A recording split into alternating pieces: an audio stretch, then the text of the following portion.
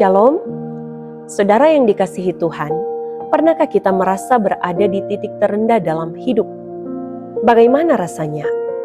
Berada di titik terendah dalam hidup, ibarat berada di dasar jurang. Sebab jurang sering kali dipakai sebagai gambaran pergumulan dalam hidup. Demikian yang mau disampaikan oleh pemazmur melalui Mazmur 130 bacaan kita.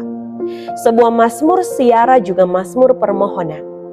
Mazmur ini biasanya dilafalkan dalam bait Allah ketika berdoa saat mana menyampaikan keluhan dan pergumulan.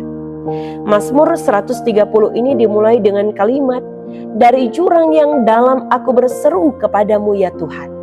Di sini jurang dipakai sebagai bahasa simbolis pemazmur untuk menggambarkan kondisinya, bahwa ia ada dalam keadaan yang berat dan sulit untuk keluar dengan upaya sendiri, serta tidak bisa menyelamatkan dirinya sendiri dari dosa.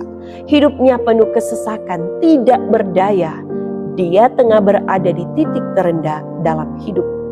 Dan dari titik terendah itu dia bermohon kepada Allah. Pemazmur tidak berpura-pura baik-baik saja. Ia mengakui bahwa ia berada di tempat yang gelap, tetapi yang indah adalah ia tidak tinggal diam. Ia berseru kepada Tuhan, dia tidak bermasa bodoh atau apatis dengan keadaan. Dia berupaya mencari Tuhan. Katanya, "Padamu ada pengampunan." Bagi pemazmur, Tuhan bukan menunggu untuk menghukum, tetapi menunggu untuk mengampuni. Pemazmur kemudian berkata bahwa ia menanti Tuhan seperti pengawal menanti pagi. Ia punya pengharapan, dan ini bukan penantian yang pasif pesimis, tapi penantian yang aktif dan optimis. Ini adalah pesan pengharapan bahwa masa gelap tidak permanen. Tuhan sedang bekerja. Pertolongan Tuhan mungkin tidak selalu instan, tetapi selalu tepat waktu. Saudara, mungkin hari ini ada di antara kita yang sedang berada di dalam jurang, yakni gumul dalam banyak hal.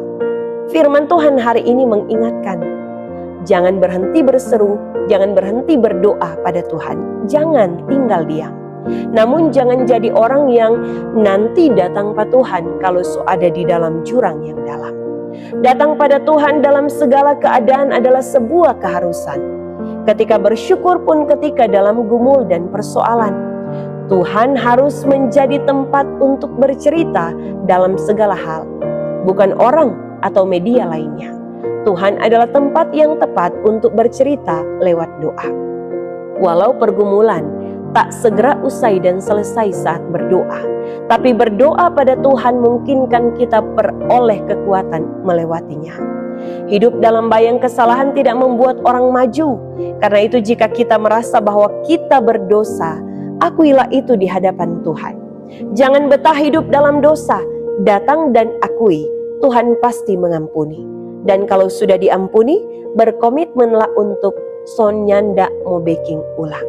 Bukankah Yesus pernah ingatkan kita, pergilah dan jangan berbuat dosa lagi. Dan kalau sudah diampuni, baiklah kita bisa mengampuni orang lain. Kini kita ada dalam penghayatan minggu sengsara Tuhan Yesus.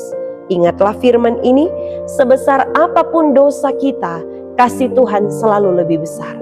Sebab pengampunan Tuhan mengubah jurang rasa bersalah menjadi jalan menuju pengharapan. Amin.